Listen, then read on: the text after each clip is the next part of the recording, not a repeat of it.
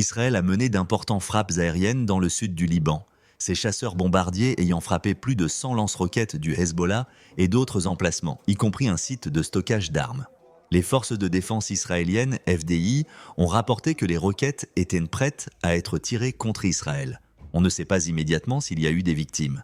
L'agence de presse d'État libanaise a rapporté qu'Israël avait mené au moins 52 frappes dans le sud du pays et que le Liban avait également lancé des attaques contre des installations militaires dans le nord d'Israël. Il est noté que les frappes aériennes israéliennes, qui ont duré plus de 2 heures, étaient parmi les plus intenses du conflit récent. Récemment, Israël a levé les restrictions de mouvement qu'il avait imposées aux communautés dans le Golan et dans certaines parties du nord d'Israël, a confirmé son armée, comme l'a rapporté la BBC et relayé par Buzz+.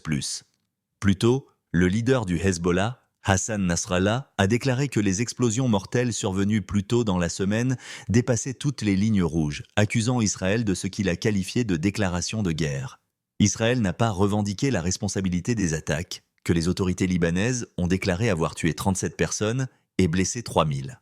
Cependant, le ministre de la Défense, Yoav Gallant, a déclaré qu'Israël entrait dans une nouvelle phase de la guerre en concentrant davantage ses efforts dans le nord.